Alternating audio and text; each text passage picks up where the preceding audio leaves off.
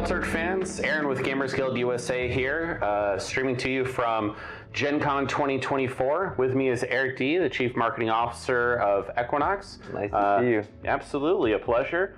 Bringing us an exclusive interview answering questions directly from the Altered community.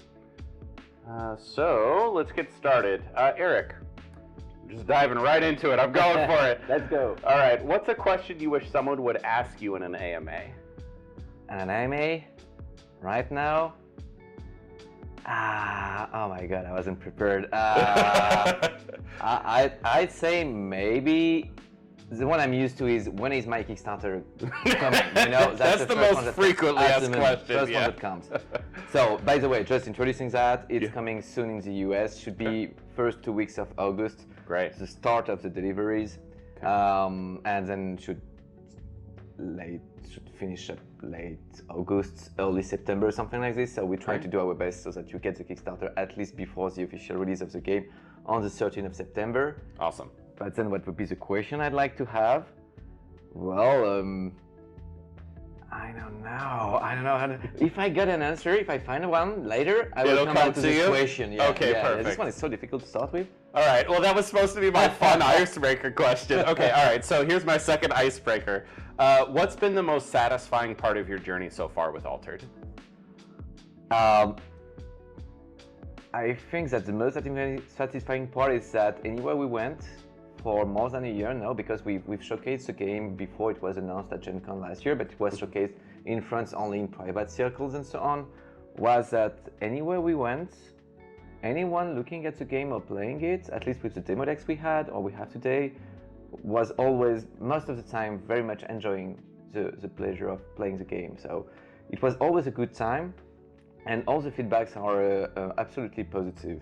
And even more, they are not just positive by the people who used to play TCGs, they are positive by the people coming from the board games, by the people who are not used to play. For example, I have my parents playing Altered right now, my sister, she never played a board game or barely.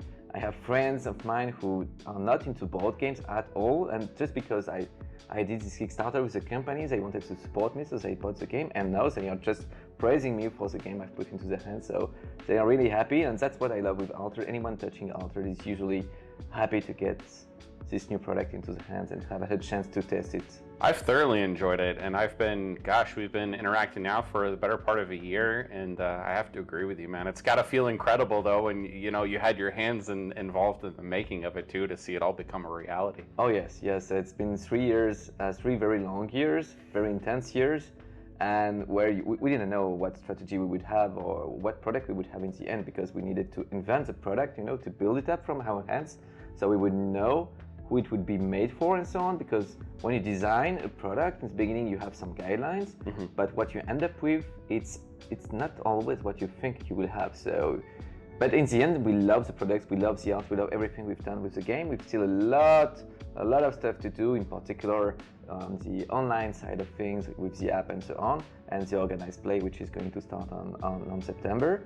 But so far, so good. I mean, we are very happy with the start we have. That's great. All right, so here's our first question. Looks like Spencer from Washington asks, what sets Altered apart from other TCGs when you're talking to new players? So, if I would make a short answer, I would have to ask a new player what kind of player he or she is. Because otherwise, if I go over all the positive aspects of Altered, there are so many that I could speak for 45 minutes straight. And so let's say you are interested into the lore, you're coming from RPGs and you like role-playing and so on. Altered has so much to offer because every single card within Altered has a lore story to tell. They all have a unique QR code. When you scan it, you get access to the card details and its own lore. So every card has a lore story. Are you into the art? You like what's beautiful? Altered is inspired by the previous games of Libelud, so Dixit, Mysterium, Diceforge, Seasons, and also inspired by the works of the like as Miyazaki and by the works of Riot Games. So it's a very modern game, a very shiny game. It's a non-violent game as well, so it could please to many that don't want to play a game where you just fight to death someone else. Can please as well the hardcore gamers who loves complicated games where you have a lot of possibilities into deck building and into gameplay. And this game has a lot to offer when you start digging. That's great. So plenty of possibilities. And to reference for everybody, when you go in the app and you scan in your card, there's a little tab right there and it says lore, and you click on it and you can see all that stuff he's talking about. Every single card has that lore involved. So it's really cool. Okay, so on to a next question. This one from Arizona, where our first store was. Levi from Arizona asking, what was the biggest challenge in creating a scannable TCG system? At first, the very first challenge, it's not QR code, because QR code is not a new technology.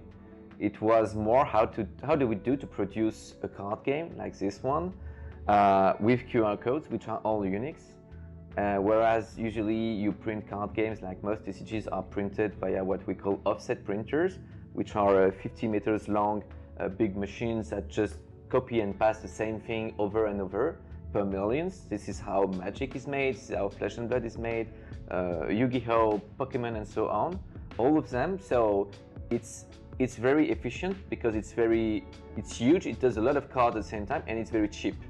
Whereas us, since we have unique QR codes, we cannot use those machines to do all the cards because the uniqueness of the QR code makes it impossible.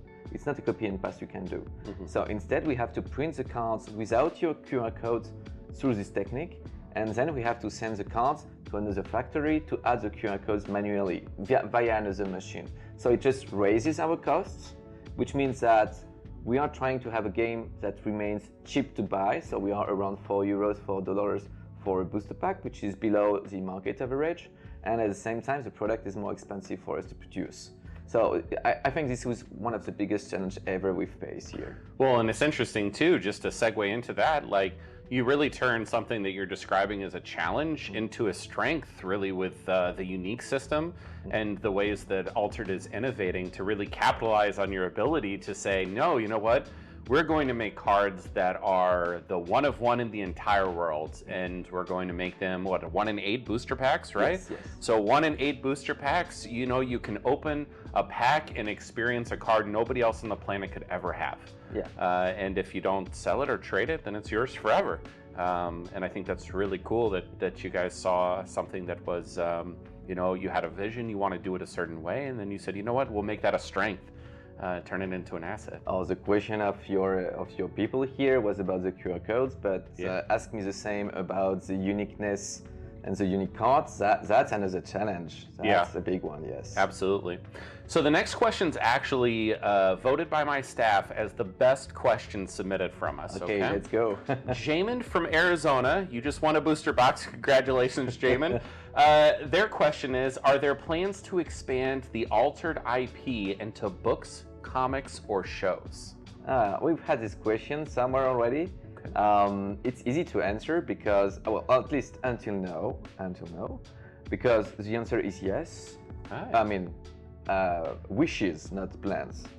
So of course we would like to build, we built up this product to be a new IP, which can be used in several areas. For example, our lore designer, Yoshi, is a guy who wrote all the lore of all the cards and so on.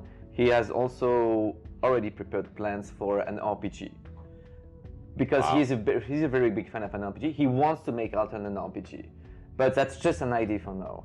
Okay. So when it comes to comics, RPGs, TV shows, or whatever, the fact that we work with Asmodee is an asset for us, is very helpful, because Asmodee is also part of a bigger group, which is Embracer. And Embracer has all the studios we would need to do so. They have Dark Horse Comics, they have video game studios, and so on. So if we would like to do it, we could do it with them. At the moment, we haven't started anything. I believe we are at a stage where we first need to make this IP a reality, see if it works, if the people really love it and stick to it for a couple months and years. And then once we are sure we're on the right path for the TCG, eventually we will seek further options. And we want to do merchandising, which we don't do at the moment. We want to do an RPG, as I said. We want to do a lot of stuff, but one thing at a time. We are still a small company, only 30 people right now. And wishing to go too many ways at the same time is not possible. We need to sustain first by this product and it has to be proven that it works, because as I said, we have costs which are more expensive than for other game. We sell at a cheaper price, so we have to make money in other ways, and some of them are the print and demand service and the marketplace, where we are trying to build a new type of ecosystem. Yeah, and that's interesting. So then you would say, based on your response, the best possible way to support Equinox and Altered towards that expansion vision and lore in other categories. I was especially excited to hear about an RPG. I think that sounds a lot of fun, just how vibrant the thematics are in Altered. But you would say the best way to support then is in the marketplace and engaging and buy, sell, and trade in the marketplace, and in, of course, buying the product. And those are the best ways to support?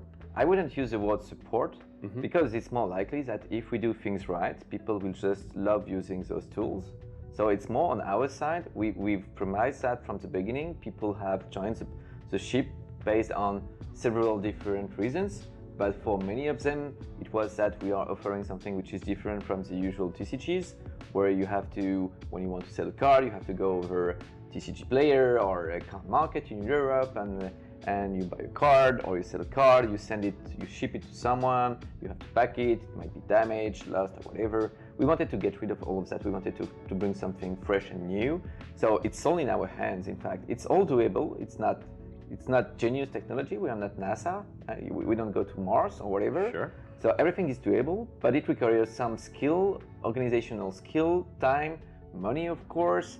And we need to think it right, because people will be judging us based on what we offer on this side of things.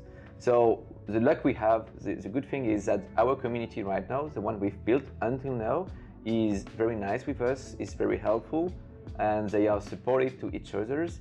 I've never seen such a community being so well educated towards the new players, toward anyone joining it.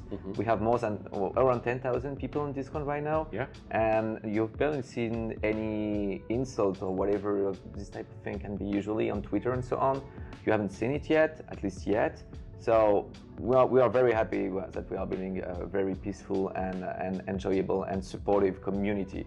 And we have to support the community by giving them what we have promised.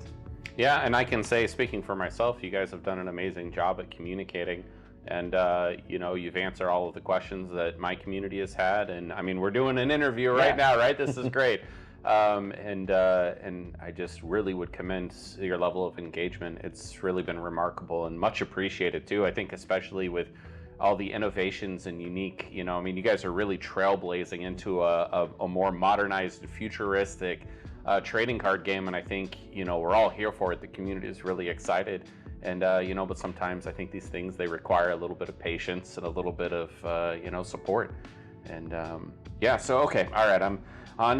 Let's see here. Okay, Jonathan from Florida asks, any exciting plans to enhance player interaction, like forming guilds or community events?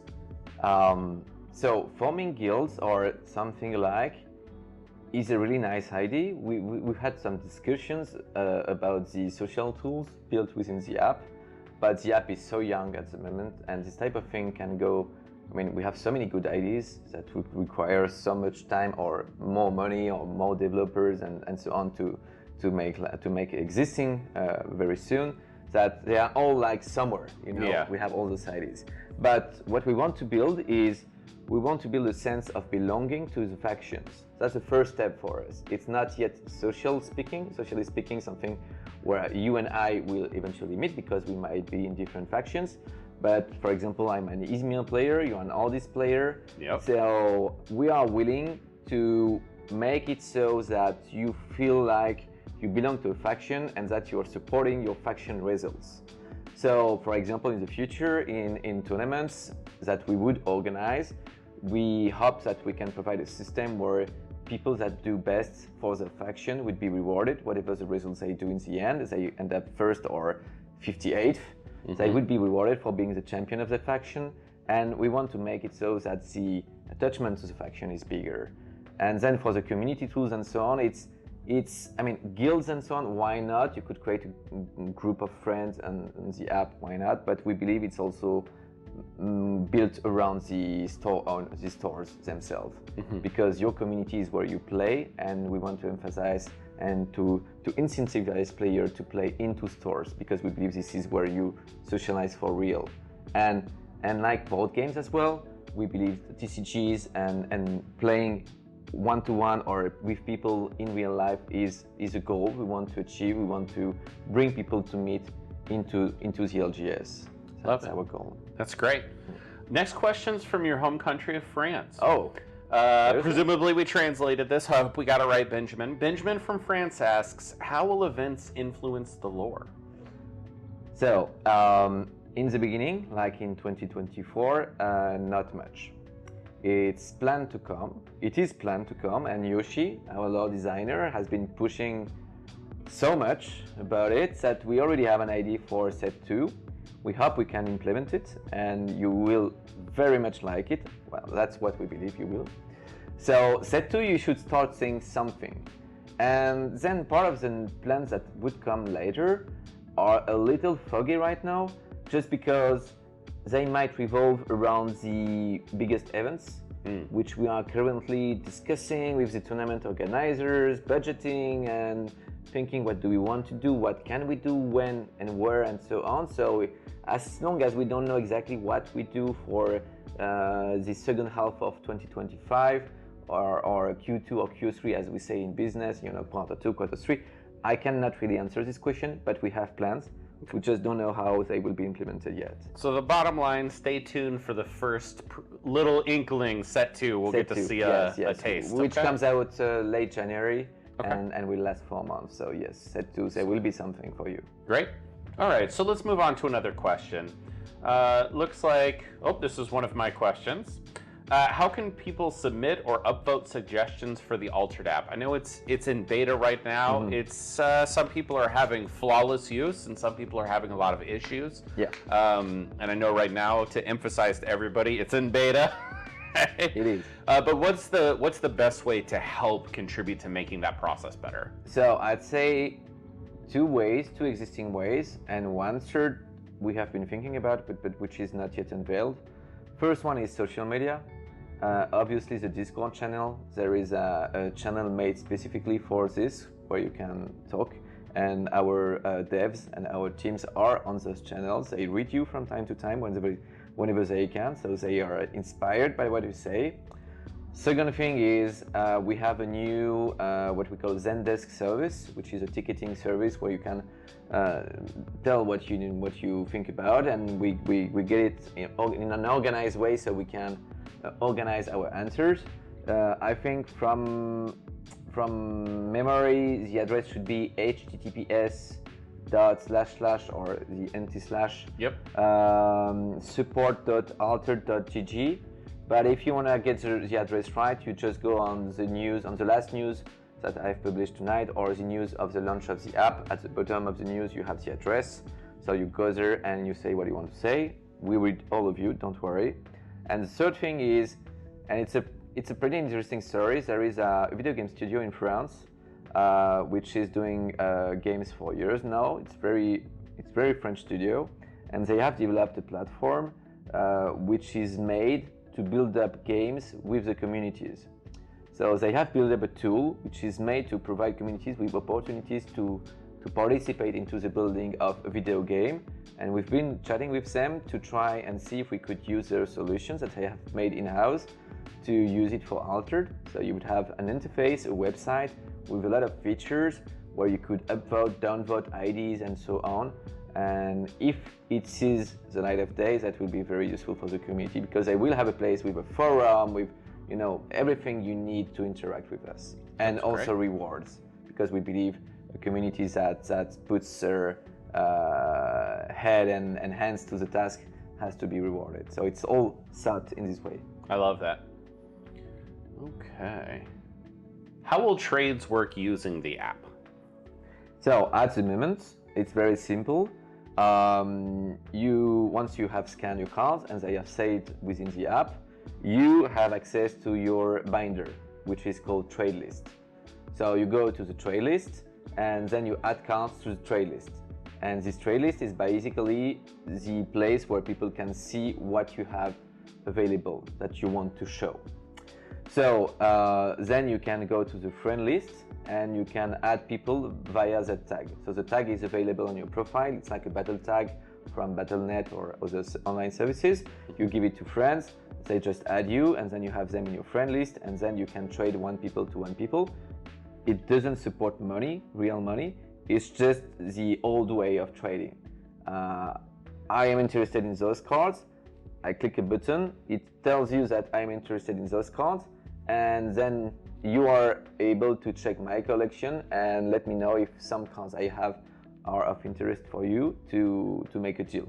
If that's a yes, then we just transfer cards to each other.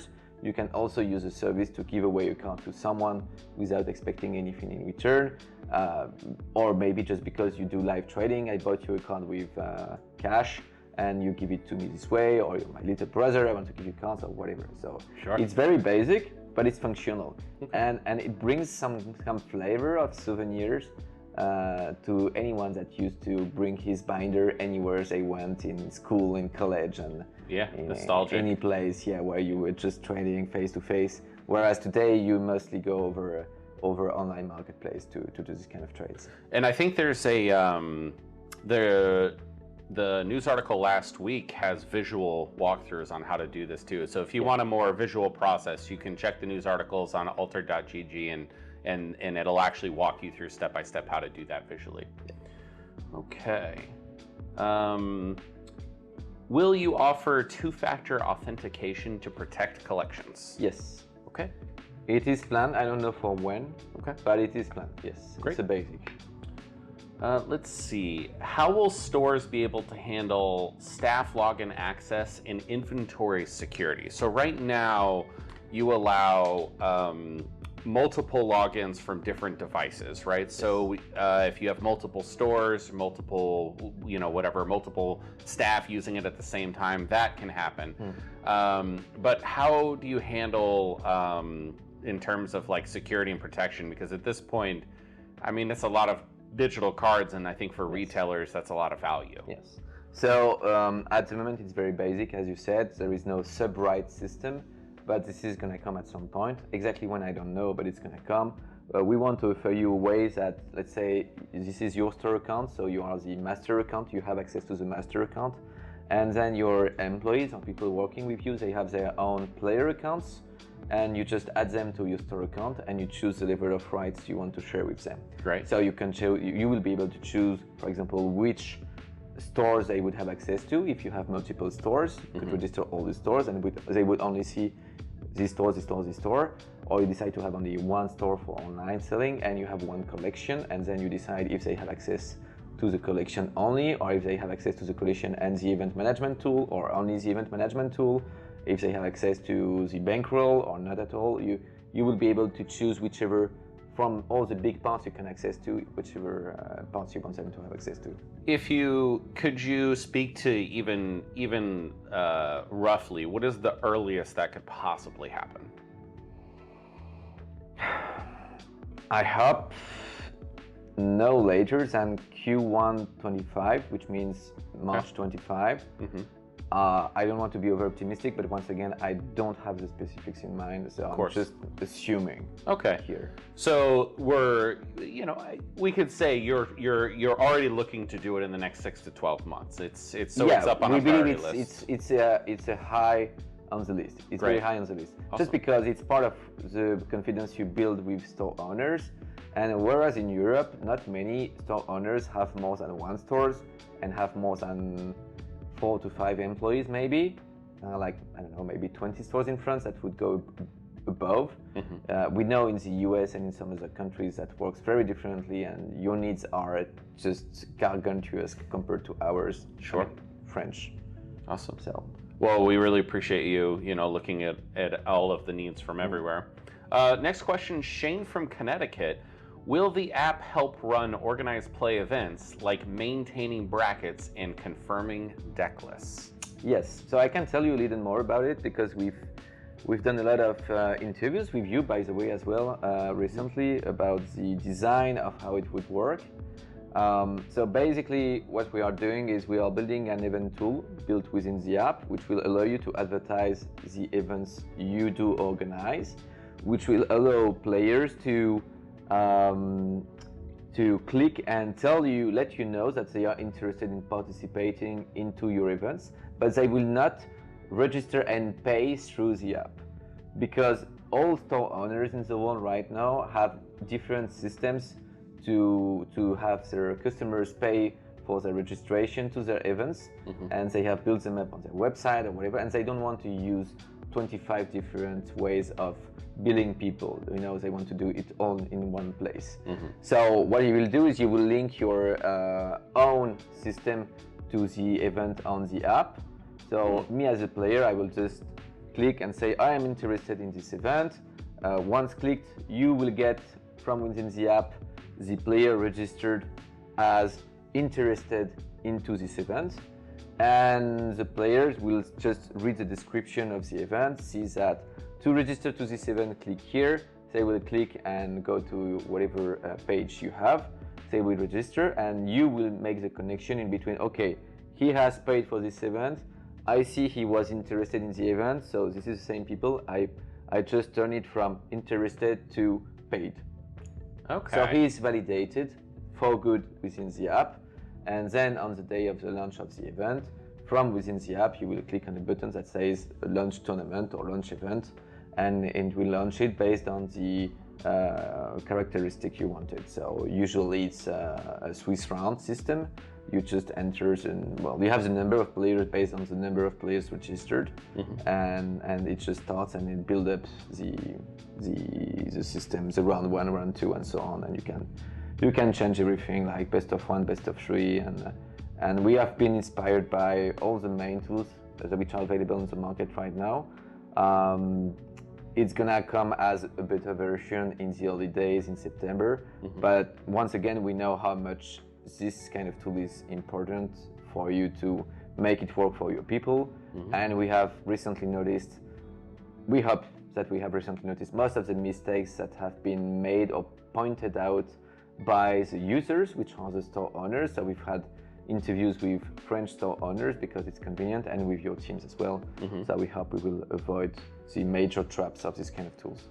Yeah, and I know that my team has been talking to your team about this too. So just again, compliments on the communication, the collaboration, and I think it's just trying to do the best possible job so that everybody can enjoy it together. That's really great. So there's questions from Canada. So boy, we're going global here. Eric from Canada asks, with LudoFact as a printing partner, is there hope for a print-on-demand hub in North America soon? I'd say LudoFact, for now, we do not see LudoFact as a solution we want to keep using in the future for the retail product. It's more of a backup solution. That's how we use them, because of how much we had to produce thanks to all of you that supported us in the Kickstarter. So LudoFact was a side solution, which might be still something we will use in the future, but we would like to work with Cartamundi only if possible. But they are so overbooked and asked by everyone to do accounts for them that they have some complication, problems of the rich people, this kind of stuff. Sure. But in the end, we are very happy with what we achieved with LudoFact and Cartamundi. It was very convenient. And yes, a global system. Cartamundi, as we explained till now, is a worldwide company. They are the number 1 in the world by very far. They own more than 50% of all cards produced in the world are made by Cartamundi. They are so far the number 1 and will remain. The thing is, they have factories everywhere. They have factory in the US, but first, because what we ask from them is brand new, we have to build up the processes, the billing, the shipping, everything that has to be intricated between the app and their processes. And they are a big company. Bigger the company, slower it moves, slower it innovates. That's how it works. So it's gonna take some time till we find the right formula, after experiencing with you guys, by the way, when it will be released. And as soon as all is mastered and we believe we are good to go, they are supposed to replicate the system to the other factories in other countries. That's great. Okay, so we're not talking about just the US. Once they're ready to replicate, it might go global very quickly. Yeah, it's all a question of money and opportunity at this point. Okay. So one thing is us bringing them enough money on the table so that they do it because they find their financial interest. But it's also them understanding that this kind of technology, because Altered, if it works, is going to be a game that everybody is going to know about in the industry and even beyond the industry. So many more projects are going to revolve around this type of technology. So it's bringing new customers to the table, asking for the same service from Cardamundi and so on. So they see their interest into switching part of their production from offset printing, which is the old way, like Gutenberg way, to digital printing, which is print on demand. That's great. Jennifer from Washington State asks, will there be reprints of key cards from the first set? Maybe. I mean, we are, at the moment, we work on set 4 or 5, I don't remember. So at some point, the game designers do not forbid themselves of reprinting cards from set 1. Probably happen at some point with different arts, because we will not reprint cards with the same arts. Probably not. But yes, I mean, like, I don't know if any TCG didn't do it from those who lasted long. So yeah, why not? I mean, I'm not game designer, and for now it's not the case, but very possible. Okay.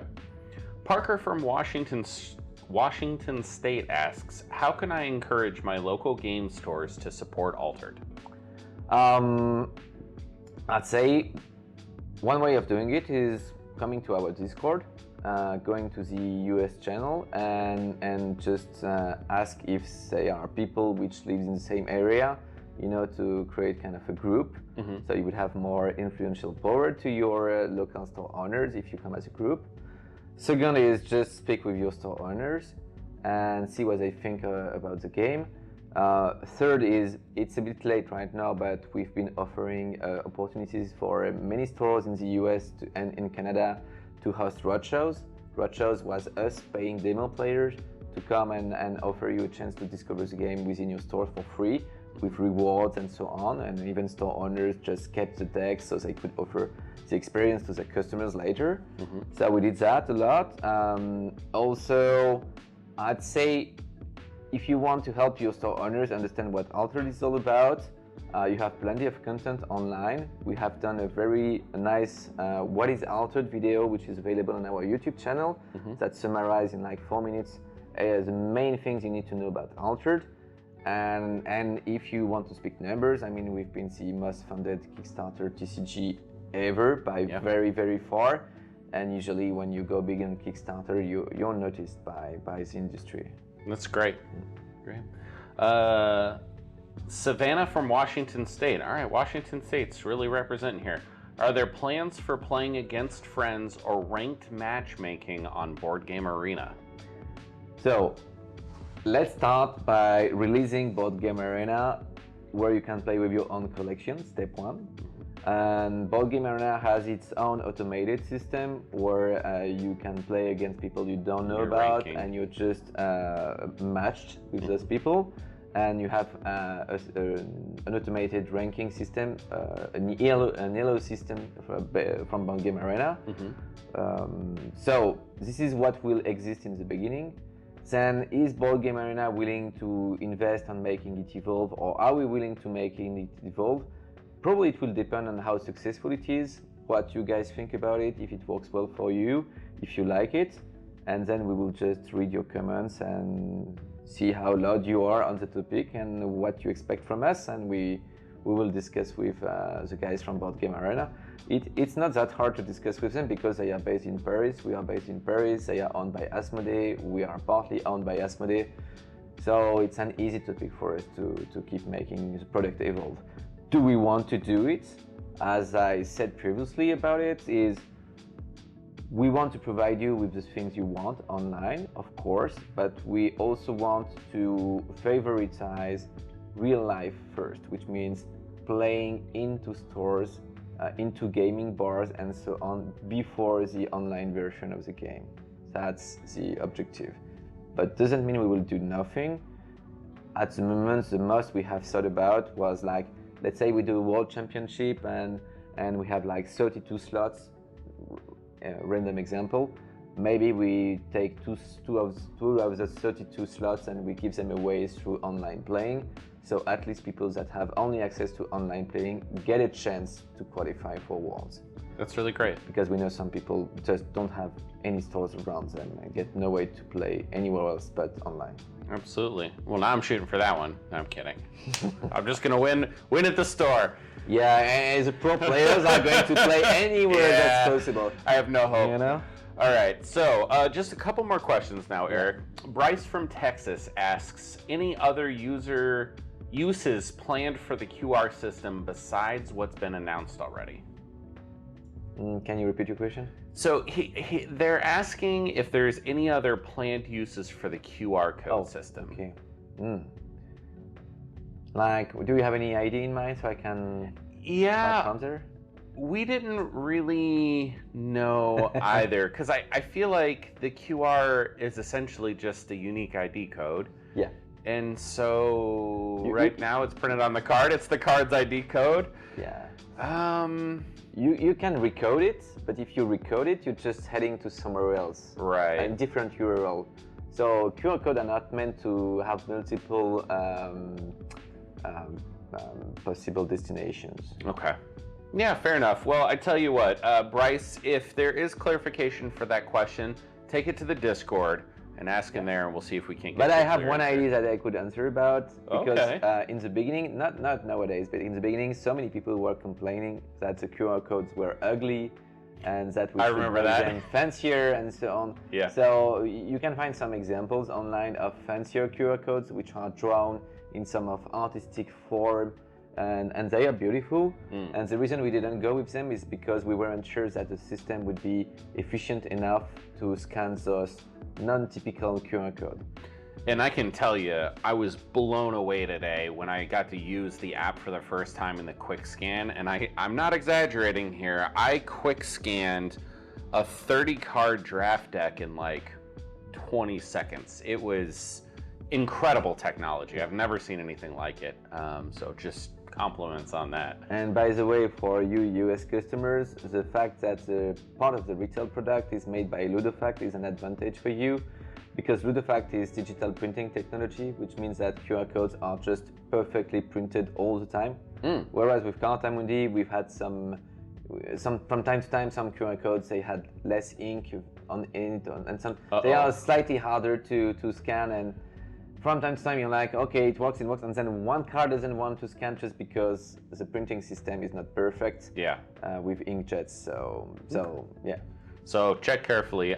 There's a little number in the top right corner when you're quick scanning too, and it lets you know. And for me, it was like, did I actually hit 30? And it was like 30. I was like, okay, it scanned everything. Yeah, because it goes fast. It's quick. It's very easy to understand if something went wrong. So you will not fail at this. You will quickly find the card that is offering an issue. And by the way, we are still improving the technical aspect of the solution. So we've noticed that with some existing technology, we are having better results. So we are trying to implement those technologies to improve the system. Perfect. All right. So Eric, 3 questions left. Will from Arizona asks, will stores be able to create official store branded promos with Equinox? What a question. Whoa. So, ambitious, Will. But that's a good question, because when you think about the system, you feel like you can do so much in terms of inventivity, of creativity with the system and so on. And then comes reality. And reality is, okay, because as I said, Carta Mundi is a mammoth.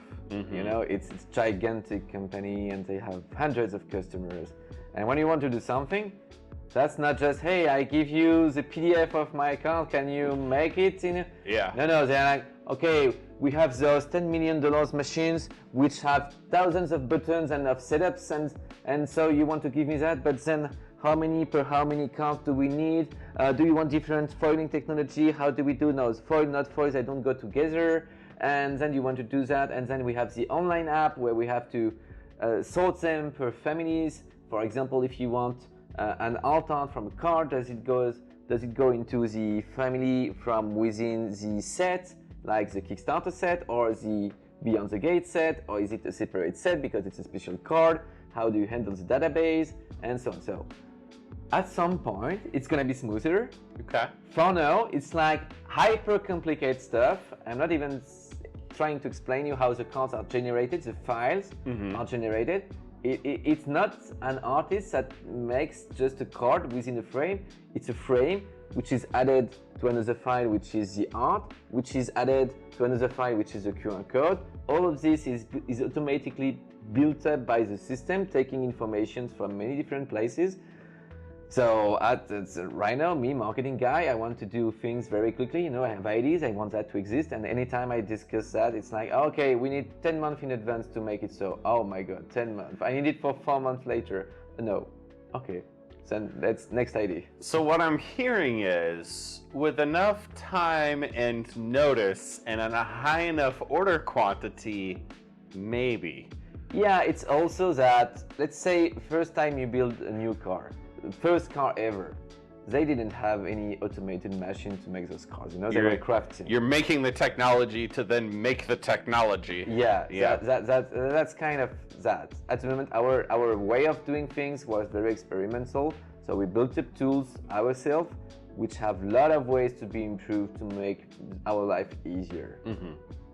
Yeah, great. Okay, Brian from Arizona asks, will unique cards be banned in competitions if they're too powerful? So it's funny because we've had this discussion the last few days with the game design team. And I'm not answering specifically about the unique cards, but more generally, could be also rare cards that would be just busted, like in some games. They don't need to be unique to be busted.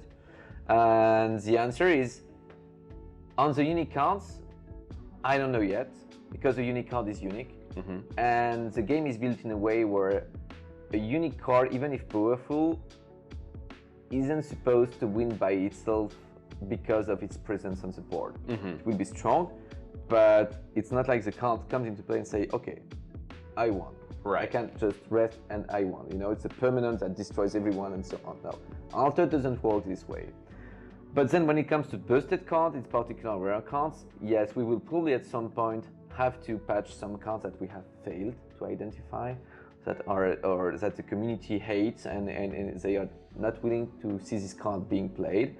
So the first thing which comes to mind is just simply to modify the card online on the app, and we will notify the players owning the card. It will be specified on the card that it has been patched in the last few weeks. You will see the patch log. It will tell you what it was before, what it is now, and people will need to accept that if we want to make a good game, we have to be able to fix our mistakes. And the best way to do it in Altered is just to update the card, which means that once in a while, if you print an image on your card, you will get the latest update on your card. And eventually in tournament, we will need to see how we do that in case player didn't have the information. But for example, we are thinking that if you register a deck list with a card that has been patched, once you register it into a tournament, the system will tell you, be careful, you've registered the deck list with a card that has been recently patched. Do you want to see what has been changed, and ensure that you get the right version of the card to play with? I'm going to add on a question to that. Specifically, I would say for uniques, if you force patch a unique card, you know, and that affects its value fundamentally, would you consider offering a complimentary foiler or complimentary print on demand to replace that card for them? So as I said, for the unique cards, I don't think it will work this way, because a unique card is owned by one person only. So if you want to run after every single unique card which is considered strong or too strong by the community, it's gonna be something which is more about tastes and instinct. It's not something you can measure by data, because you won't have thousands of games played with those unique cards, because they are unique. Just one player has it. So you like the data to decide that. Probably this will be part of the history of the game. Some unique cards will be very strong. Yes, some people will win regularly with some unique cards, but they will be some people. And anyway, you will always have solutions. No card in Altered offers no counter solution. This is how we've built the system. We knew the system could generate some very strong stuff. At the same time, the game is designed to be balanced by itself, by its own gameplay. So it's not supposed to happen that we would patch unique cards. I would not say never ever, but I'm strongly against, and that's not in our plans. Great. Rare cards, common cards, yes. Unique cards, eventually if we patch something, it's a possibility of generation that we've seen has become too strong. So it's not a specific unique card we would patch the possibility of this type of generation exists in the future. That makes sense to me. Yeah. Last question then. Jeremy from Arizona asks, are there plans to add more tumult pieces with different terrain combinations? It's a hot topic. The game design team is willing to improve this part of the game because it works well, it's very stable, it's you know what to expect, you know how it works, you can plan your gameplay around those. But also there is this part of us that is willing to offer a more immersive experience, which wants to offer people more stuff to do around this aspect, this board game aspect of the game.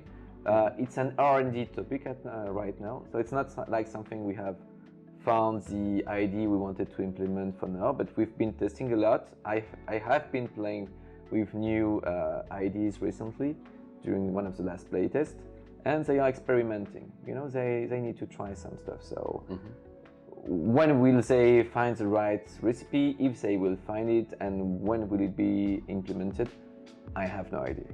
Makes sense. Well, Eric, thank you so much for your time with us. And we also want to put out a big thank you to our Altered community across the world for sending all of these thoughtful questions in. We're very excited to play more of this game and cover it more on our channel. So please check out gamersguildaz.com. This has been Aaron with Gamers Guild USA. Thanks so much for watching and have a great night. Thank you, everyone.